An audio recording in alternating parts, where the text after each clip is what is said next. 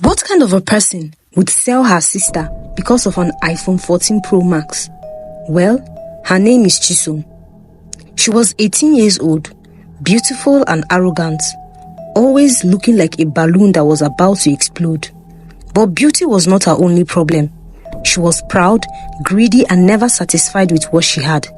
She always wanted more clothes, more makeup, more followers on Instagram, and more expensive things.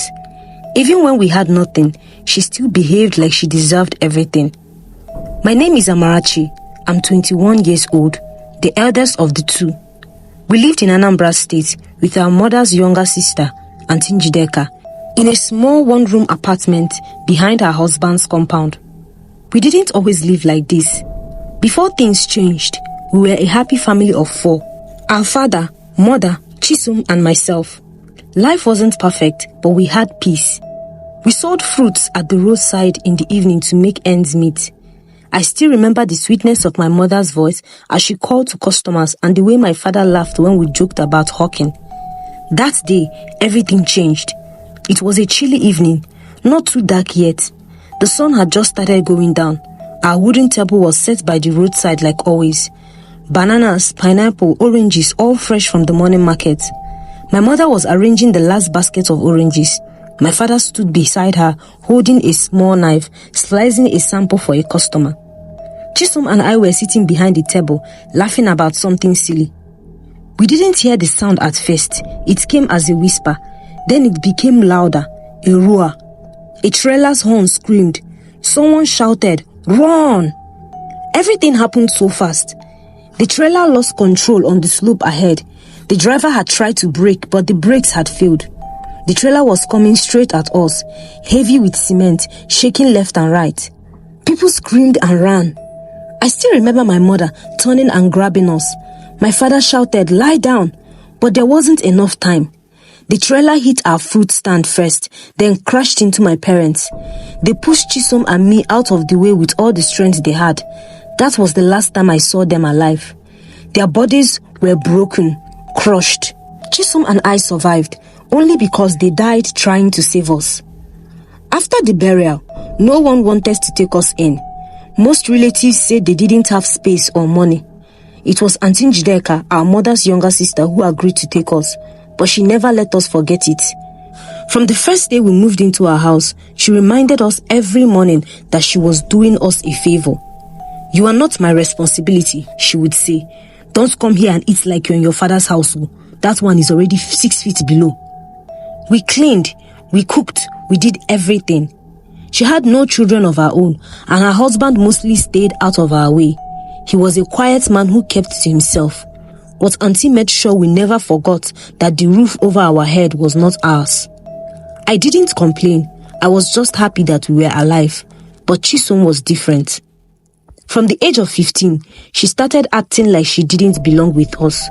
She hated being poor. She hated eating garri in the afternoon. She hated sharing clothes with me. She hated our room, our life, everything. "Amara, this is not my life," she would say. "I don't belong in this poverty." At first, I thought she was just frustrated, but I noticed the change. She started hanging out with older girls in the neighborhood, girls who wore long lashes and tight jeans, girls who had new phones and didn't go to school anymore. One of them, Cynthia, drove a small car and always had her nails done in gold and white. One evening, I asked Chisom, "Where do these girls get money from?" She replied, "What's your own business? Must you remain poor forever?" That was the beginning of a dark path I didn't see coming. When Chisom turned 18, she changed completely. She started coming home late.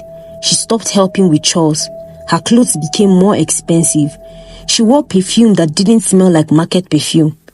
One day, she came home with a new phone, an iPhone 14 Pro Max, midnight purple. I stared at her. "Where did you get that?" I asked. She smiled. "Someone bought it for me." "Who?" "Someone who loves me."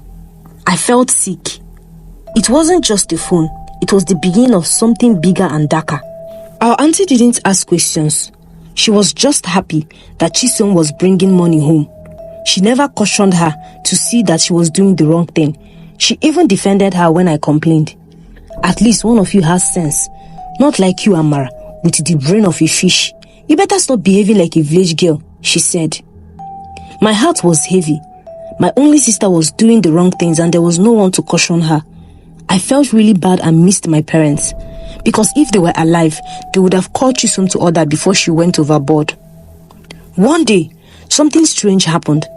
I woke up around 2 a.m. to drink water. Our small plastic curtain between the beds was half open. I saw Chisom kneeling by her bed, whispering into her phone. She was holding a small mirror in one hand and something that looked like a red powder in the other. I stood there for a moment. Her eyes were open, but it was like she couldn't see me. She was smiling, not the normal smile, a strange white smile like someone talking to a spirit. I coughed. She jumped up and quickly hid the mirror. "What are you doing?" I asked. "Nothing," she said, looking away. "I was just praying." I knew it was a lie, but I didn't push. I was afraid. A week later, she told me we had been invited to a party. "Just you and me," she said, "at a hotel.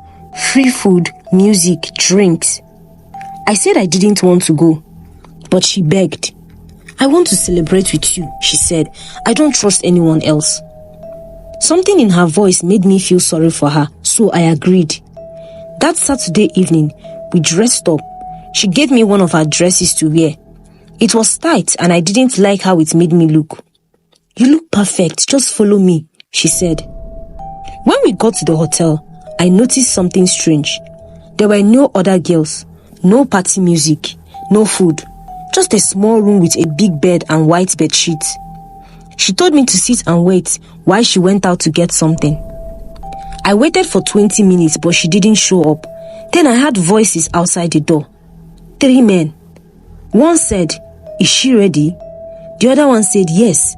The sister brought her herself. My blood went cold. I looked around. There was only one window, and the only option I had was to go down from the window.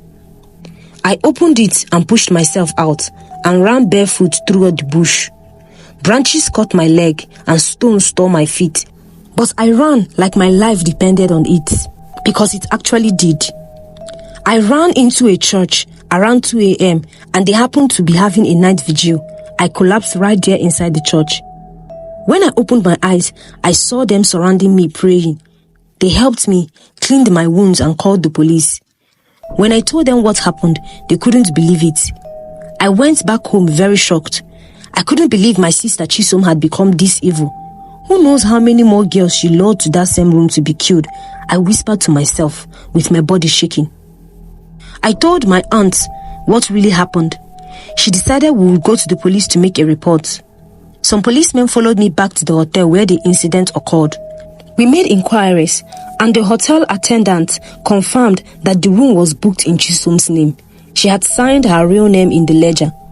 3 days later, Chisom returned home, unaware that I had escaped and was home before her. She thought I was killed. That was when she did something unbelievable.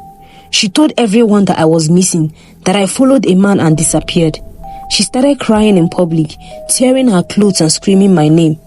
"My sister, oh Amara." She posted it on social media. She went to church and gave testimony. She acted like a heartbroken sister, but the police already knew the truth. They followed her that evening after service, and they arrested her in front of the church gate.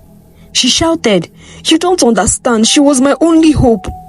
Then she turned and looked at me standing at the side, and she whispered, You're still alive?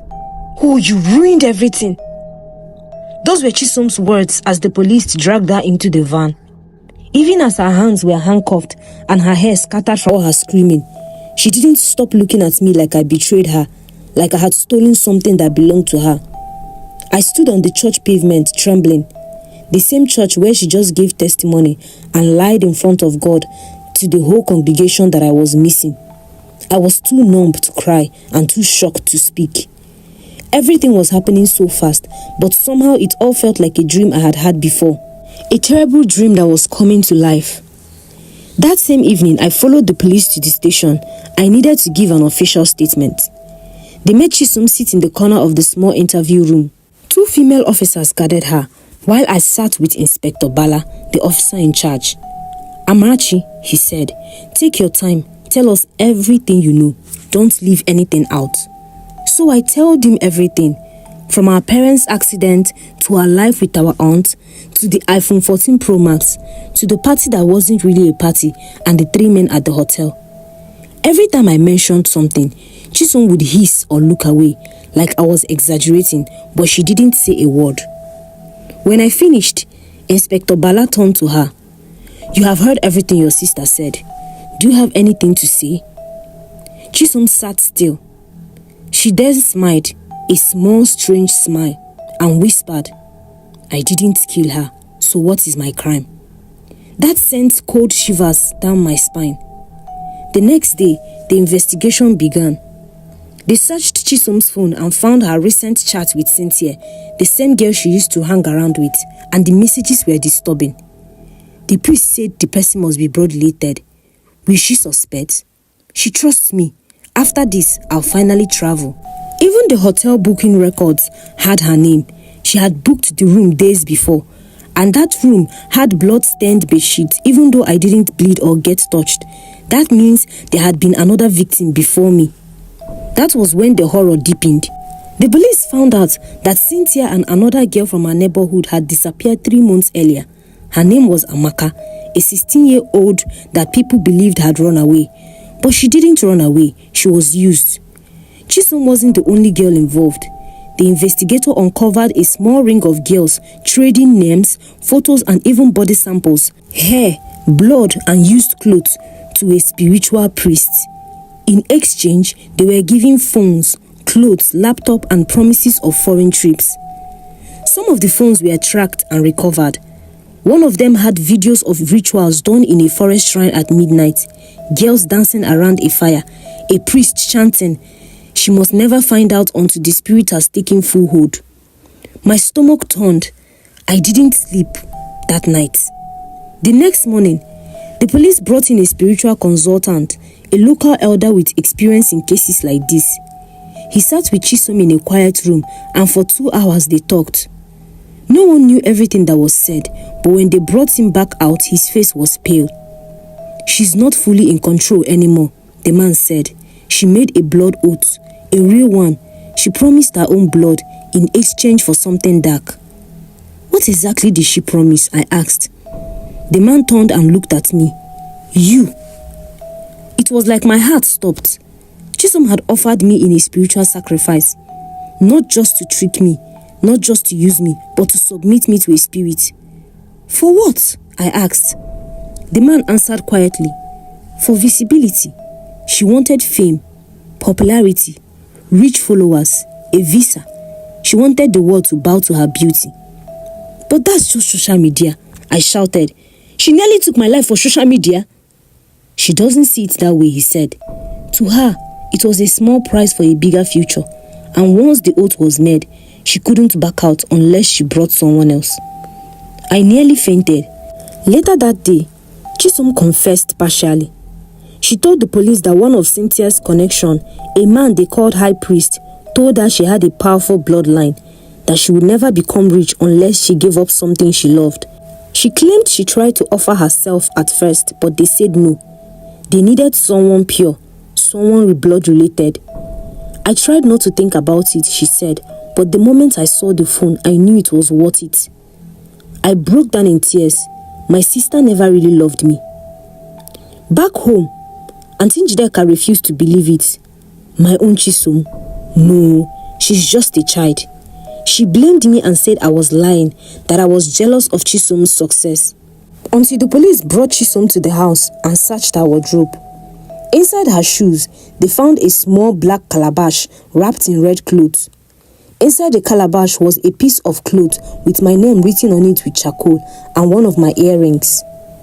A week later, Chisom was moved to the juvenile prison while they prepared for court.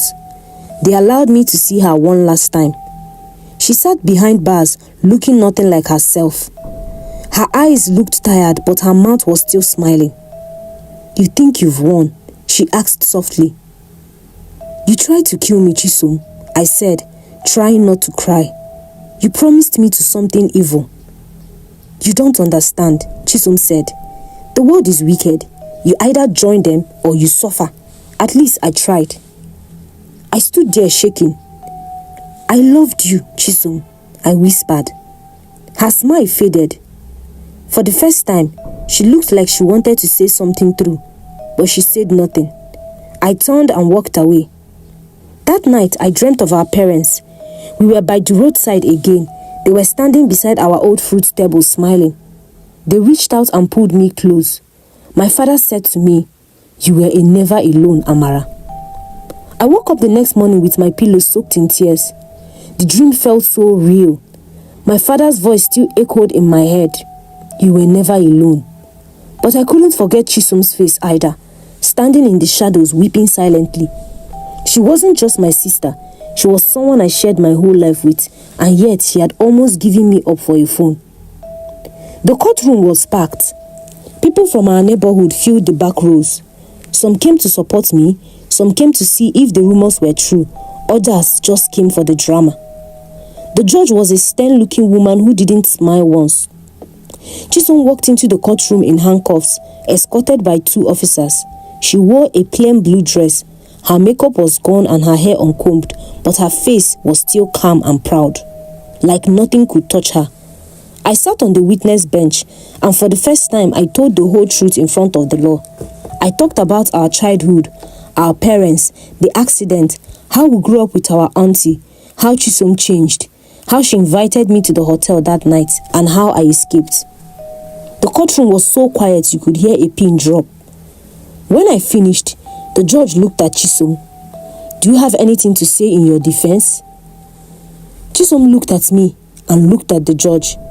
And for the first time since all this began, her voice cracked. I didn't mean to destroy her, she said softly. I just wanted to escape poverty.